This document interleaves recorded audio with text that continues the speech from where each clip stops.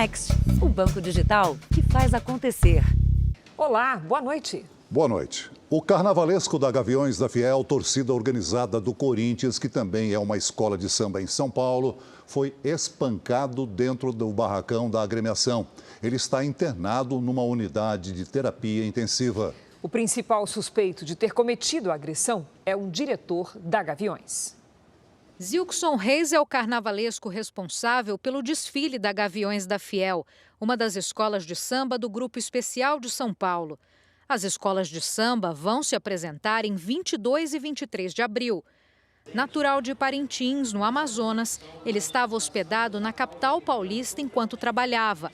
No sábado, ele esteve numa festa na quadra da Gaviões. Segundo o boletim de ocorrência feito pela advogada do carnavalesco, Zilkson teria sido agredido a ponto de ficar inconsciente no barracão da escola de samba no domingo de manhã. 5 horas depois, ele foi encontrado por uma pessoa com quem faria uma reunião. O carnavalesco teria sido acompanhado até o hotel onde estava hospedado. Lá ficou sozinho até segunda-feira. Como não melhorava, acabou sendo levado ao hospital. De acordo com o BO, mesmo gravemente ferida, a vítima reconheceu sem sombra de dúvidas o seu agressor, um diretor da Gaviões. O carnavalesco ainda está internado na Santa Casa de São Paulo com um dos pulmões perfurados, coágulos no cérebro e hematomas. A Polícia Civil não quis comentar os detalhes do caso. A associação Boi Bumbá Garantido, onde Zilkson já fez trabalhos como carnavalesco, repudiou a violência e afirmou que está trabalhando para levá-lo de volta a Parintins, no Amazonas, para dar continuidade à recuperação. A Gaviões da Fiel afirma que está apurando os fatos e colaborando com as investigações. A escola vai se pronunciar após a instauração do inquérito policial e ressalta que presta atendimento ao carnavalesco e à família dele. Veja agora outros destaques do dia. O presidente Bolsonaro define os novos ministros da Educação e da Agricultura. Polícia Federal vai à Câmara para cumprir ordem judicial contra deputado Daniel Silveira. Rússia não cumpre promessa e até aumenta ataques ao leste da Ucrânia. As informações sobre os primeiros jogos das finais dos campeonatos Paulista e Carioca. Na série especial, como um ex-garçom se tornou o faraó dos bitcoins e acabou preso, suspeito de lesar 67 mil investidores.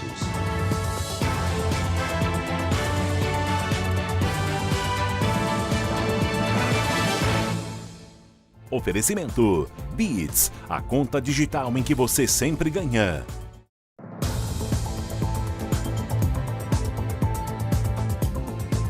A cidade de Capitólio, em Minas Gerais, voltou a receber turistas a partir de hoje. O retorno acontece quase 3 meses após a queda de uma rocha sobre lanchas, que causou a morte de 10 pessoas. Este casal do Rio de Janeiro aceitou assinar o termo com as novas regras para o passeio. Eles vão comemorar os 25 anos de casados. Que a gente vê pelas fotos, né? E hoje a gente vai ter a oportunidade de ver pessoalmente. A emoção é grande, né? A navegação no Lago de Furnas estava suspensa desde o dia 8 de janeiro, quando aconteceu o acidente. A retomada do turismo aqui na área dos cânions vem com uma série de normas para garantir mais segurança. Agora, nada de passeio na chuva. Todos devem usar capacete e colete salva-vidas. O número de lanchas foi reduzido de 40 para 5, que vão poder navegar nesta área. As embarcações vão ter que manter distância dos paredões, como nós estamos. As normas são baseadas em estudos feitos por uma equipe de profissionais de 3 universidades e do IPT, o Instituto de Pesquisas Tecnológicas. Os cânions também serão monitorados diariamente para verificar se há erosão e possível movimentação da rocha, como aconteceu no acidente que atingiu 3 lanchas. 10 pessoas morreram e 32 ficaram feridas. Este piloto ficou praticamente parado nos últimos 3 meses, mas disse que todos querem um ambiente sem riscos. Sofreu essas adequações agora e a gente está aí novamente podendo visitar e trazer o turista com segurança. Amanda sentiu confiança. Ela, o marido e o filho vieram do Espírito Santo para apreciar as belas paisagens. Tô amando. Maravilhoso. E assim, a sensação é única. É hoje que acontece o primeiro jogo das finais do Campeonato Carioca e Paulista. Então vamos ao vivo para o estádio do Morumbi, onde o repórter Jean Brandão tem as informações sobre São Paulo e Palmeiras que se enfrentam daqui a pouco. Boa noite, Jean. Boa noite, Celso. Boa noite, Cris. Boa noite a todos. Olha, a expectativa de quebra de recorde de público no Campeonato Paulista. Até o início da noite, 51 mil ingressos já estavam vendidos. O São Paulo tenta o bicampeonato paulista. No ano passado, a vitória foi em cima desse mesmo Palmeiras. Mas desta vez, o Verdão chega à final sem ter perdido uma partida sequer e com a melhor campanha. Já o São Paulo tem o melhor ataque do campeonato. Por enquanto, os técnicos dos dois times fazem suspense para saber quem joga. É daqui a pouquinho, São Paulo e Palmeiras ao vivo, direto do Morumbi. Cris, Celso. Obrigado, Jean.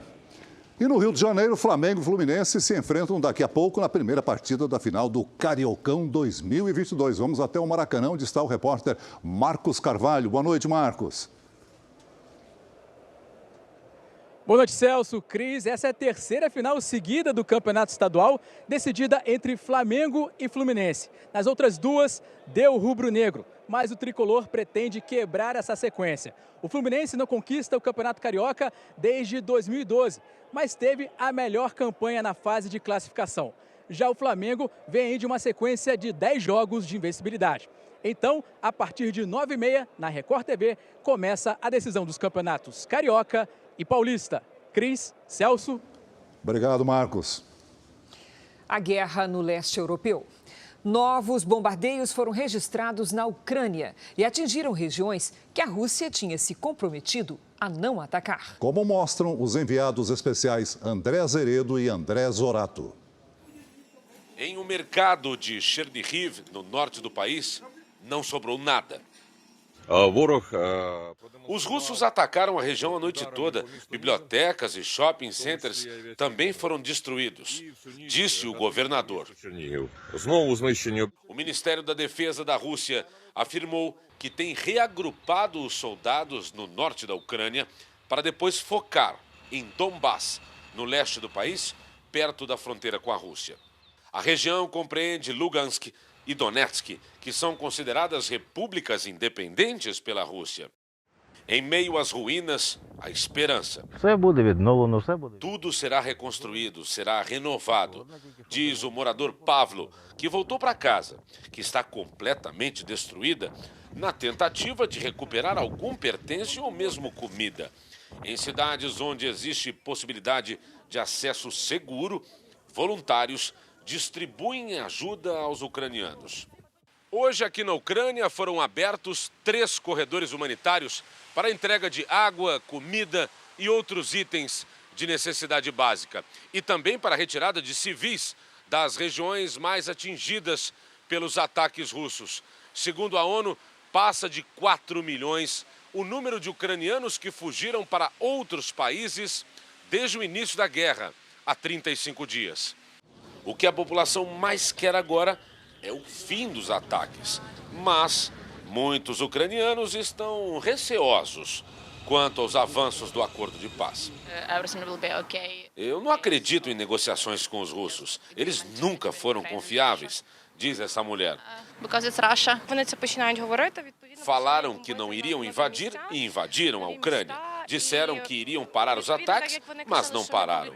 Difícil acreditar neles, afirma esta outra moça. O ex-presidente americano Donald Trump pediu a Vladimir Putin que ajude a divulgar informações sobre a família de Joe Biden. Foi durante uma entrevista à TV americana. O ex-presidente Trump fez referência a uma denúncia feita por senadores do Partido Republicano.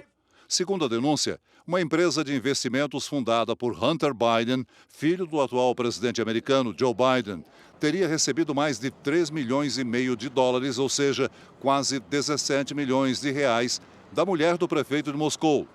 O filho do presidente americano integrou o conselho da maior empresa produtora de gás da Ucrânia. O assunto foi destaque durante a campanha eleitoral em 2020. Na época, um assessor de Hunter Biden negou qualquer irregularidade. Veja a seguir. Bolsonaro escolhe os nomes dos novos ministros da Educação e da Agricultura. E também a expectativa das torcidas em São Paulo e no Rio de Janeiro para a primeira partida das finais dos campeonatos estaduais.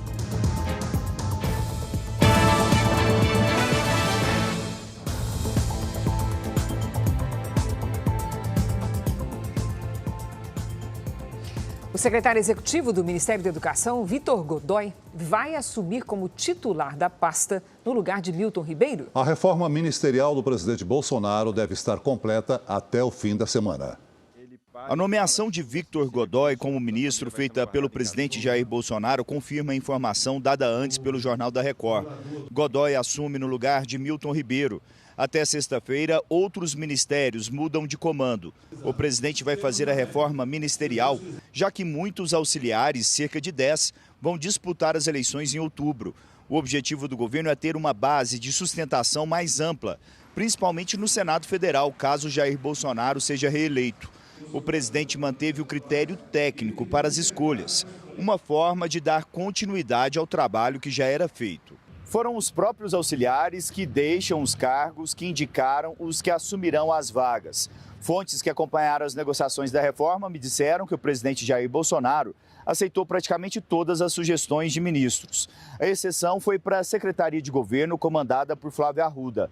O presidente vai colocar no cargo o chefe de gabinete dele, Célio Faria Júnior, já que é uma função ligada diretamente a Bolsonaro. Célio Júnior é servidor público de carreira. As outras 9 mudanças estão quase todas definidas. A ministra Tereza Cristina, da Agricultura, vai ser substituída pelo secretário executivo da pasta, Marcos Montes. No lugar de Onyx Lorenzoni, ministro do Trabalho, entra José Carlos Oliveira, presidente do INSS. No Ministério da Cidadania, sai João Roma e assume o posto Ronaldo Vieira Bento, secretário de Assuntos Estratégicos da pasta. O general Braga Neto, que deve ser o vice de Bolsonaro para as eleições, deixa a defesa, que será ocupada pelo general Paulo Sérgio Nogueira, comandante do Exército. O ministro da Ciência e Tecnologia, Marcos Pontes, vai ser substituído pelo secretário de Inovação da pasta, Paulo Alvim. Tarcísio de Freitas deixa o Ministério de Infraestrutura e, em seu lugar, entra Marcelo Sampaio, secretário executivo. No Ministério do Turismo, a vaga de Gilson Machado deve ser ocupada pelo presidente da Embratur, Carlos Brito. E com a saída de Rogério Marinho, do Desenvolvimento Regional, a função deve ser ocupada pelo secretário executivo do Ministério, Daniel Duarte Ferreira. Também vai deixar as funções para disputar as eleições Damares Alves, ministra da Mulher, da Família e dos Direitos Humanos. O substituto dela ainda não está definido. O ministro da Economia, Paulo Guedes, está em Madrid, na Espanha. A visita faz parte de uma iniciativa para fortalecer os investimentos no Brasil e buscar cooperação internacional. O Brasil está em processo de adesão à OCDE, a Organização para a Cooperação e Desenvolvimento Econômico. Fazer parte da OCDE, grupo que reúne os países desenvolvidos, é uma maneira de facilitar investimentos. Hoje o ministro se reuniu com representantes do Conselho Empresarial Brasil e Espanha. O encontro foi no Centro Cultural Casa das Américas. Guedes reforçou as possibilidades de colaboração em diversas áreas, entre elas o turismo. O ministro retorna ao Brasil na sexta-feira. As contas públicas do governo federal fecharam fevereiro com um menor saldo negativo para o mês em 7 anos. O valor é de 20 bilhões e 600 milhões de reais. Esse resultado leva em conta tudo o que foi arrecadado e despesas do Tesouro Nacional, da Previdência e Banco Central, mas não inclui o pagamento dos juros da dívida pública. Como o governo havia registrado superávit, isto é, um saldo positivo em janeiro, as contas continuam no azul, com quase 56 bilhões de reais. Na China, moradores de Xangai estocam alimentos antes do novo confinamento imposto pelo governo. O isolamento começou em parte da cidade no início desta semana e na sexta-feira a metrópole inteira vai adotar as restrições. Xangai teve um recorde com 20 mil casos de Covid em 4 semanas. É o maior número desde o início da pandemia. O ator Bruce Willis vai encerrar sua carreira.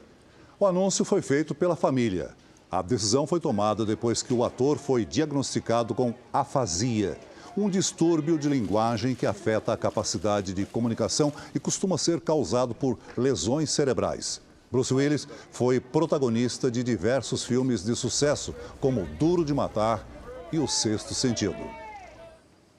Veja a seguir, do Maracanã e do Morumbi, novas informações dos times que disputam as primeiras partidas das finais do Cariocão e do Paulistão. E na série especial, a história do golpe aplicado por um ex-garçom, que hoje está preso e é conhecido como o faraó dos bitcoins.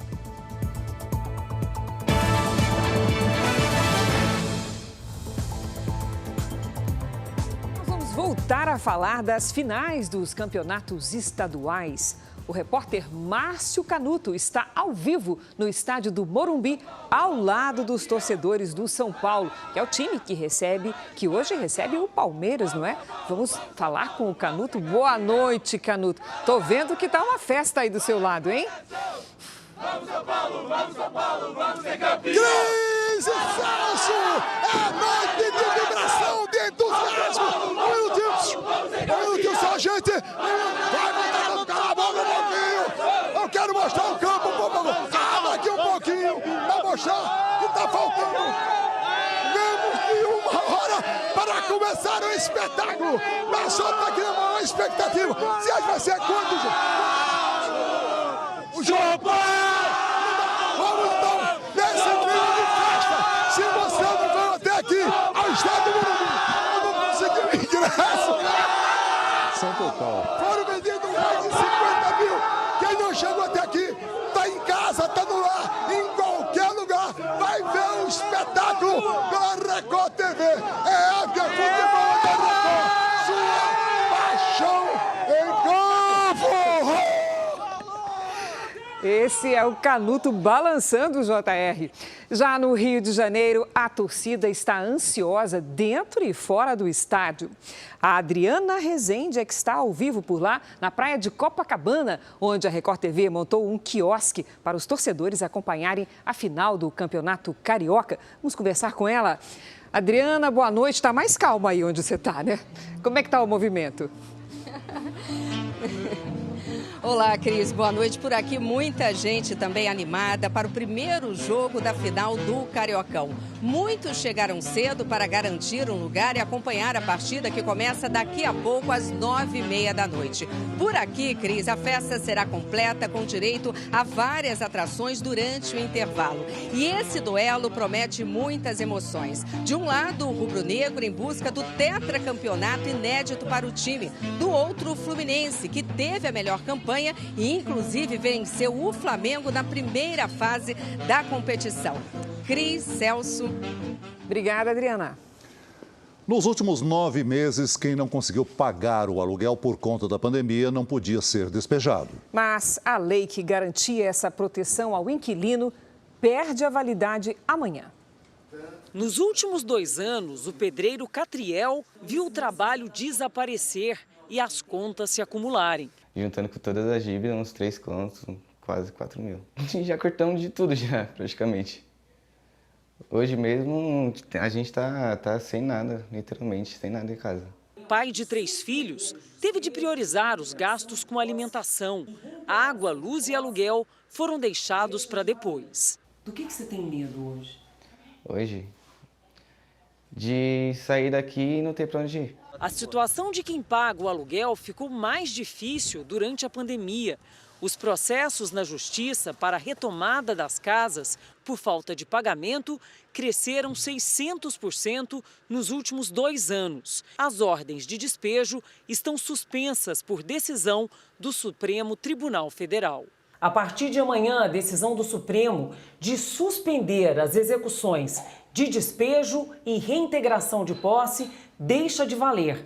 Por isso, a previsão é de que os donos de imóveis comecem a cobrar mais intensamente aqueles inquilinos que estão inadimplentes. Só em São Paulo, das 1.000 ações que são protocoladas todos os meses relacionadas à locação, 84% são por falta de pagamento ou atraso no aluguel.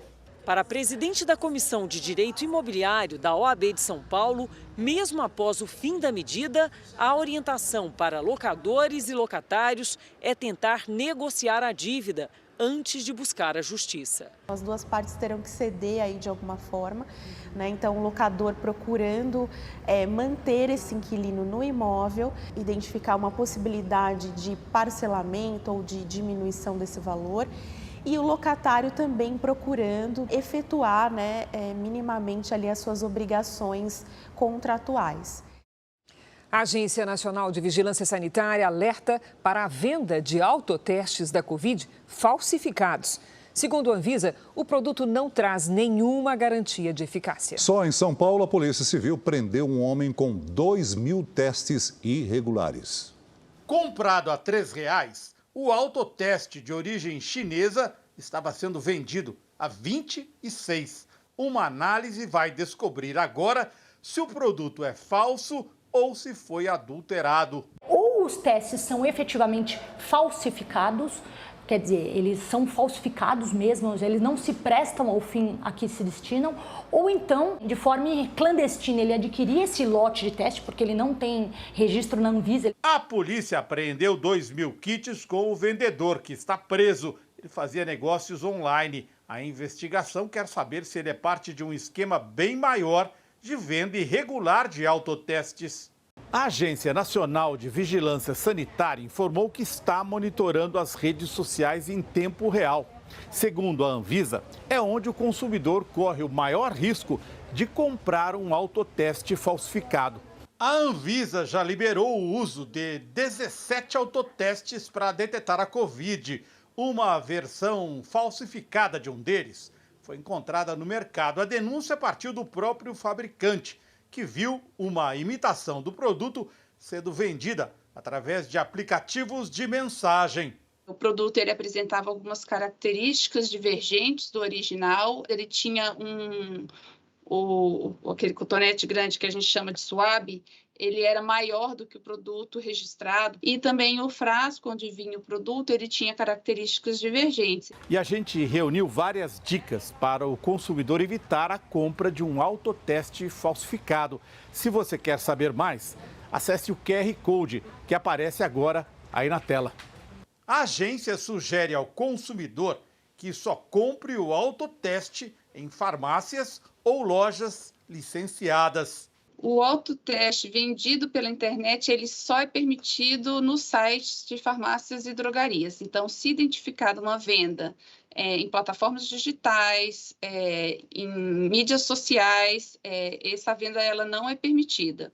Será entregue amanhã a primeira parte da reforma do Museu Paulista, mais conhecido como Museu do Ipiranga, em São Paulo. E a equipe da Record TV, Celso, foi a primeira a ver como é que ficou o prédio, que está fechado desde 2013. Ele vai reabrir em setembro, quando a independência brasileira completa 200 anos. Na parede do imponente Salão Nobre, ela continua ali. Protegida por um tecido especial, a tela Independência ou Morte de Pedro Américo já foi restaurada. Agora é esperar um pouquinho mais para ser exibida novamente. A fachada de arquitetura eclética do final do século XIX é a mesma, mas o prédio que guarda boa parte da história do Brasil está bem diferente. O museu foi fechado em 2013. As reformas começaram 6 anos depois. A primeira etapa está concluída. Serão 3 fases ao todo. Hoje foi dia de limpeza e organização para uma cerimônia amanhã. A obra no museu foi dividida em 2 frentes que têm sido conduzidas ao mesmo tempo: restauração e ampliação do edifício monumento. Isso mesmo, o prédio de 7.000 metros quadrados, com mais de 120 anos, que é tombado pelo patrimônio histórico, dobrou de tamanho. Sabe como? Foi construído um edifício subterrâneo. O novo espaço vai abrigar café com vista para o Jardim Francês, auditório, espaço para oficinas e a área administrativa. Tudo que um edifício histórico de 150 anos não tinha, como serviço de fraldário, serviço de banheiro, toda essa assistência ao usuário, ao visitante, esse museu não vai ficar devendo nada para museus europeus. Dentro do museu, tudo parece novo. As 450 portas e janelas foram restauradas. Os ladrilhos franceses no piso foram reparados e pintados. Tem uns circuitos que o público vai poder percorrer que vão, além das circulações que o prédio já tinha, vão permitir que essas pessoas frequentem os lugares que eram inacessíveis, que ficavam entre os forros, entre a cobertura e os forros do edifício. Moderno e com acessibilidade. Além de 2 rampas na parte externa do museu, a construção do edifício subterrâneo permitiu a instalação de um elevador e escadas rolantes, que vão trazer o visitante aqui para o saguão principal. Com um custo estimado em 210 milhões de reais, o museu ainda tem pela frente outras etapas de restauro. A previsão é que seja reaberto ao público em setembro para celebrar os 200 anos da independência do Brasil. O maior projeto cultural em andamento no Brasil atualmente e um dos maiores dos últimos anos. Seria impensável a celebração do bicentenário da independência do Brasil com o Museu do Ipiranga fechado. 4 terminais portuários foram leiloados hoje em São Paulo, entre eles a Codesa, Companhia Docas do Espírito Santo, arrematada por 106 milhões de reais. O Porto de Paranaguá foi vendido por 30 milhões de reais. Esta foi a última vez que Tarcísio de Freitas bateu o martelo em leilões como ministro da Infraestrutura. Ele vai concorrer ao governo de São Paulo nas eleições de outubro. Tarcísio de Freitas afirmou que o Porto de Santos, o maior da América Latina, deve ser privatizado em novembro. A concessão da Codesa no Porto de Vitória e de Barra do Riacho, no Espírito Santo, é de 35 anos. O grupo que arrematou o Porto de Paranaguá assume a obrigação de investir mais de 4 milhões de reais ao longo de 10 anos. O presidente Bolsonaro visitou hoje 2 estados do Nordeste. No Rio Grande do Norte, ele entregou uma linha férrea. No Piauí, novos sistemas de telefonia para áreas rurais. O presidente estava acompanhado dos ministros do Desenvolvimento Regional, Rogério Marinho, das Comunicações, Fábio Faria, e da Cidadania, João Roma. Em um dos discursos, Bolsonaro voltou a questionar o sistema eleitoral brasileiro. Podem ter certeza que, por ocasião das eleições, os votos serão contados no Brasil.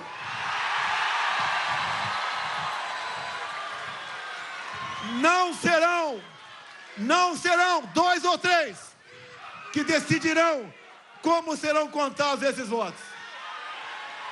Nós defendemos a democracia, nós defendemos a liberdade e tudo nós faremos, até com o sacrifício da própria vida, para que esses direitos sejam de fato relevantes e cumpridos em nosso país. A ministra Rosa Weber, do Supremo Tribunal Federal, negou o pedido da Procuradoria-Geral da República para arquivar o processo que investiga se o presidente Jair Bolsonaro cometeu crime de prevaricação na negociação para a compra da vacina indiana Covaxin contra o coronavírus. O presidente teria se omitido após ter sido informado de possíveis irregularidades no contrato. A Procuradoria-Geral da República vai recorrer da decisão. A compra da Covaxin não chegou a ser realizada pelo Ministério da Saúde.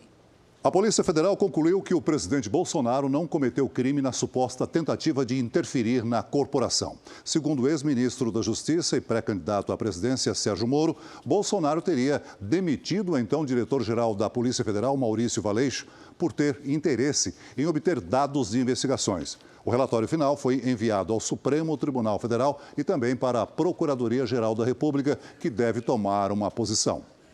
A Polícia Federal esteve na Câmara dos Deputados para tentar cumprir a decisão do Supremo Tribunal Federal que determinou o uso de tornozeleira eletrônica por parte do deputado Daniel Silveira, do União Brasil. Boa noite, Renata. O deputado aceitou? Oi, Celso, boa noite para você, boa noite para a Cris também. Olha, pois é, apesar de ter sido notificado, o deputado Daniel Silveira se recusou a colocar a tornozeleira eletrônica. O argumento dele é que a polícia não poderia entrar na Câmara sem autorização do plenário. O presidente da Casa, deputado Arthur Lira, que está em Alagoas, disse através de nota que decisões judiciais devem ser cumpridas, mas que a inviolabilidade da Casa do Povo deve ser preservada. Bom, o julgamento da ação penal do deputado no STF foi marcado para o dia 20 de abril. O deputado deve passar a noite de hoje também aqui na Câmara. Cris e Celso. Obrigado, Renata. Nos Estados Unidos, o governo oferece uma recompensa milionária para quem tiver informações sobre o pagamento de propina pelas empresas brasileiras Odebrecht e Braskem. O anúncio é do FBI, a Polícia Federal Americana, e do Departamento de Justiça, equivalente ao Ministério da Justiça aqui no Brasil. O objetivo é descobrir quem recebeu dinheiro de propina da Braskem, petroquímica de propriedade da Odebrecht, em sociedade com a Petrobras, e da própria construtora Odebrecht, que agora mudou de nome e se chama Novonor. A recompensa pode ser paga a quem der informações que levem à prisão dos acusados. A publicação, feita em uma rede social do governo americano, revela: quem ajudar pode receber até 5 milhões de dólares, ou seja, quase 24 milhões de reais. Em 2016, dirigentes da Odebrecht e da Braskem admitiram o pagamento de subornos de mais de 1 bilhão de dólares, ou seja, quase 5 bilhões de reais na cotação atual. Tudo isso para ter acesso a obras realizadas no exterior. A Odebrecht admitiu ter pago propinas em 12 países entre 2001 e 2016. Já a Braskem informou que o dinheiro foi enviado à Odebrecht para propinas recebidas por políticos e partidos no Brasil. As informações fizeram parte da Operação Lava Jato. A Odebrecht afirmou que tem colaborado de forma permanente e eficaz com as autoridades em busca do pleno esclarecimento de fatos do passado. Já a Braskem não irá se posicionar. A polícia de Nova York prendeu o suspeito de atropelar o jovem brasileiro Luiz Gustavo Lott. Você viu esse caso aqui na Record TV. O jovem de 21 anos foi atingido enquanto atravessava uma avenida na faixa de pedestres no começo do mês. Segundo as autoridades, o homem foi identificado como Christopher Capuano, de 35 anos. Ele mora no bairro do Queens e está sendo investigado por pelo menos 6 crimes. Entre eles, dirigir em alta velocidade e fugir sem prestar socorro à vítima. O carro de Christopher foi apreendido dias depois e continha uma lata de cerveja no interior. O veículo ainda tinha mais de 29 multas acumuladas. Luiz Gustavo permanece internado na UTI em estado grave. Ele se mudou para os Estados Unidos em março de 2020 e trabalhava em uma empresa de publicidade. Previsão do tempo. A chuva voltou a cair na região sudeste. Vamos saber com a Lidiane Sayuri se esses temporais avançam pelo país? Boa noite, Lid. Vem chuvarada? Vem sim, Cris. Boa noite para você, Celso, para quem nos acompanha. Olha, a chuva marcou o dia na região sul e agora ela avança com uma quantidade um pouco menor de água, mas o suficiente para provocar transtornos. Os pontos vermelhos aqui no mapa indicam onde estão as nuvens mais carregadas. O ar gelado empurra a frente fria em direção ao sudeste. Nesta quinta-feira, ela chega a São Paulo e muda totalmente o tempo. Inclusive, podemos ter a primeira friagem do ano no centro-oeste. Vamos aos avisos. É alto risco de temporais com granizo e ventania em São Paulo, em Mato Grosso do Sul, no Rio de Janeiro e no sul de Minas Gerais. Tem alerta para alagamentos e deslizamentos do Vale do Itajaí, em Santa Catarina, até o sul fluminense. E no litoral, mar agitado. Na fronteira com o Uruguai, 3 graus e geada logo cedo. Em Mato Grosso, em Goiás, no norte e na maior parte do Nordeste, previsão de chuva isolada. Nas áreas claras, tempo firme. Em Porto Alegre, sol tipo luz de geladeira, viu? Máxima de 20 graus. Em Belo Horizonte faz até 32 e 32 também em Belém. No Rio de Janeiro, a chuva dos próximos dias preocupa. A região serrana pode sofrer com um grande volume de água. Na capital, máxima de 29 nesta quinta e apenas 24 na sexta. Em São Paulo, os termômetros despencam para 21 e chove a qualquer hora amanhã. Boa noite, gente. Obrigada, Lidy. Até amanhã, Lidy. O Jornal da Record faz uma pausa agora de 30 segundos. E na volta, as histórias de 2 grandes clássicos brasileiros, São Paulo e Palmeiras, Flamengo e Fluminense. Futebol. Pelo terceiro ano seguido, Flamengo e Fluminense vão decidir o Campeonato Carioca. Daqui a pouco, no Maracanã, uma rivalidade de 110 anos entra em campo para o primeiro jogo da final.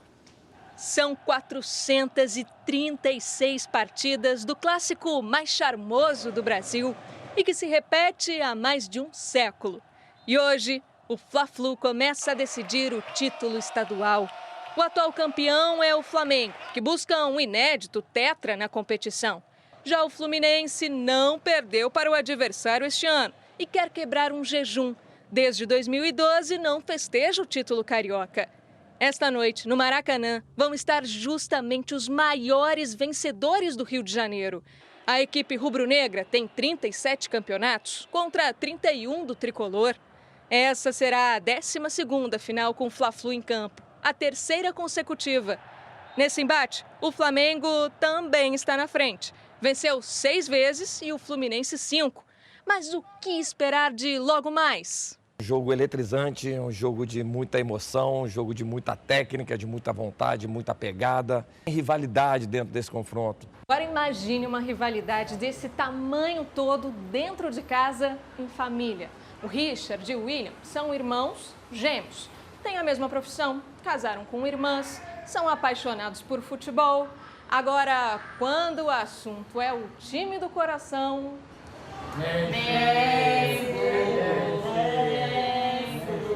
Richard é fluminense como pai, William Flamengo como a mãe. Cada um conta com o apoio da esposa e os irmãos garantem que levam tudo numa boa. A gente não briga, entendeu? Fez gol, comemora. Não comemora, parabéns e tal, mas a gente vai ganhar, espera aí. É esperança, eles têm esperança. Como que vai ser hoje à noite? 2-1 Fluminense. Eu já falo 3-0 Mengão. Não liga não. Quem entende e muito de Fla-Flu sabe que hoje vai ser especial. Minha relação com a torcida do Flamengo é a melhor relação, sempre foi, né? E o Fluminense, eu costumo dizer que foi um prazer ter passado lá, porque assim, a torcida do Fluminense também é uma torcida diferente, uma torcida bonita, uma torcida charmosa. Era fantástico, né? Aquela geral ali era a coisa mais maravilhosa que tinha. Dava vontade de você fazer gol e se jogar lá, né? E é um clássico que mobiliza até a atenção de um imperador. Fala aí, galera. Não vamos perder o jogo do Fla-Flu, hein? Contamos com você.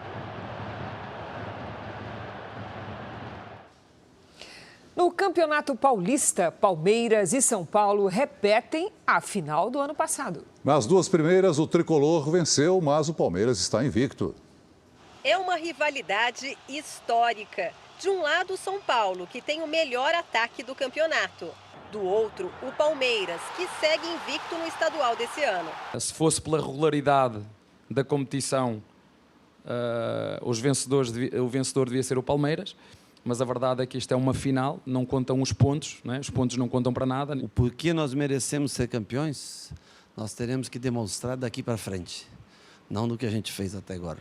Logo mais, 2 gigantes em campo numa disputa acirrada. É a terceira vez que São Paulo e Palmeiras se enfrentam numa final do Campeonato Paulista. Nas outras 2 vezes, o São Paulo venceu o rival.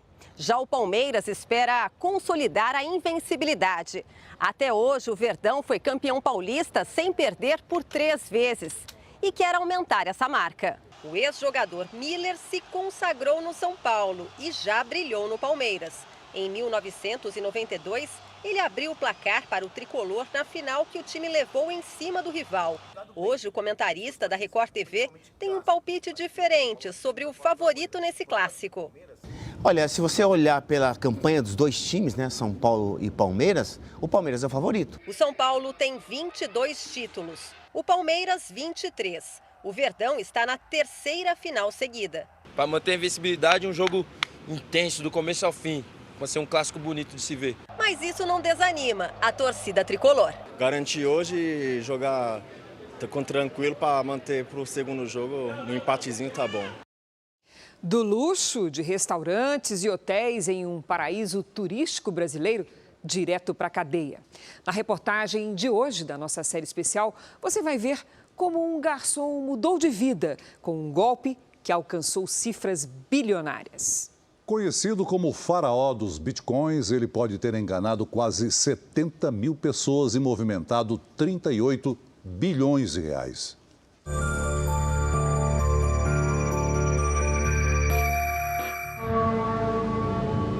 As praias de Cabo Frio foram descobertas pelos portugueses em 1503. Anos depois, a cidade sofreu uma nova invasão. Os mercadores de criptomoedas.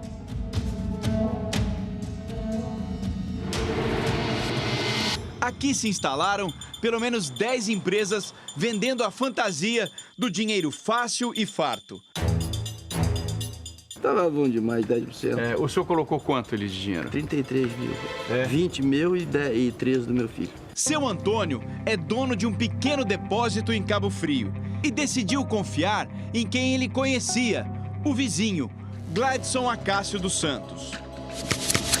O pessoal começou a falar, eu investi no Gladson e tá bom assim, e a gente acabou botando um dinheirinho lá também.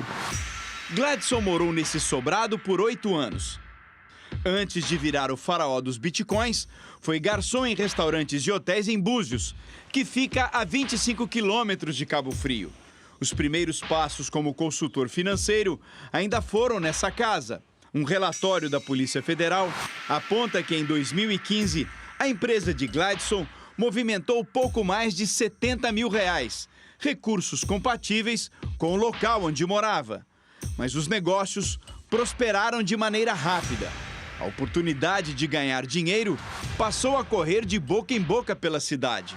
É aquele efeito manada, a gente vê que outros também estão indo, então vamos juntos. O dinheiro da rescisão de trabalho dessa mulher não descansou na conta. Na verdade, foram 2 contratos, total de 50 mil reais. Chegou um momento que eu recebia por mês 5 mil reais sem trabalhar. Os contratos eram de 2 anos. Parte foi paga. Sem emprego enquanto procurava vaga, o rendimento dos bitcoins ia pagando as contas. Até que em agosto do ano passado, a fonte secou. Gladson foi preso pela Polícia Federal. Ele é acusado de usar criptomoedas para encobrir um esquema fraudulento de pirâmide financeira. A empresa de Gladson não era cadastrada na Comissão de Valores Mobiliários nem no Banco Central. Essa especialista em planejamento de finanças identificou armadilhas nesses contratos. Na verdade, você está fazendo um empréstimo para aquela pessoa. E aí não é investimento, ela te vendeu como investimento. Até porque se nesse meio do caminho essa pessoa morre, não tem como você provar que esse dinheiro é seu e te devolver. Gladson não morreu, está preso, mas também não devolveu o dinheiro para ninguém. A gente estava surfando uma onda juntos e agora a gente tá caindo. Levamos um caldo, levamos essa bomba. 50 mil reais de prejuízo. Preocupada, ela procurou a ajuda da consultora de Gladson. Você pode entrar na justiça contra a firma GAS. Eu não aconselho não, porque pode ser que seja resolvido daqui a uma semana. Não resolveu. Já se passaram 6 meses e a situação só piorou. E agora? O que o senhor vai fazer? Fazer o quê? Agora já foi. Eu não tenho esperança de receber. Não se sabe ao certo quantos perderam dinheiro em Cabo Frio com a prisão de Gladson. Mas os quase 250 mil moradores da cidade sentiram a queda da atividade econômica. Os estragos são visíveis por todos os cantos. A pandemia obrigou as pessoas a ficarem em casa. Com o futuro incerto, o comércio de Cabo Frio buscou alternativas para não falir. As promessas de alto rendimento da empresa de Gladson pareciam ser a solução, mas essa proteção ilusória não durou muito tempo. A prisão dele e as denúncias de fraude provocaram um efeito dominó na cidade: dívidas, falência e desemprego. Jader e o filho Patrick cuidavam da loja de cosméticos, onde hoje funciona um pequeno mercado. Mas as restrições impostas pelo isolamento tiraram a principal renda da família. Foi um momento de tristeza, porque desde os meus 4 anos eu acompanho meu pai. Foi quando um amigo falou a palavra mágica, Gladson. E eles decidiram investir 29 mil reais durante 3 anos. Receberam apenas 8 meses. A família que vivia bem começou a passar dificuldades. Venderam o carro, fizeram empréstimos e agora acumulam dívidas. É tristeza. Só tristeza. Esse imóvel simples, de apenas 4 cômodos, é um bom exemplo do que está acontecendo aqui em Cabo Frio. O último inquilino investiu todas as economias com Gladson e perdeu tudo. E acabou ficando sem dinheiro para pagar o seu Jadir. O resultado é que o imóvel voltou para o mercado de locação e está há 6 meses vazio. Como é que foi esse tombo aos 70 anos? Péssimo na minha vida. Nunca esperava isso que acontecesse na minha vida, nunca. De uma hora para outra você tomar um baque desse e não ter aquele retorno acaba sendo uma tristeza que bate no nosso peito. A defesa de Gladson negou que a empresa GAS atuasse em um esquema de pirâmide financeira e informou que os recursos convertidos em criptomoedas estão disponíveis e à espera de um acordo para que sejam devolvidos aos investidores. A defesa diz que a prisão preventiva de Gladson é arbitrária e ilegal.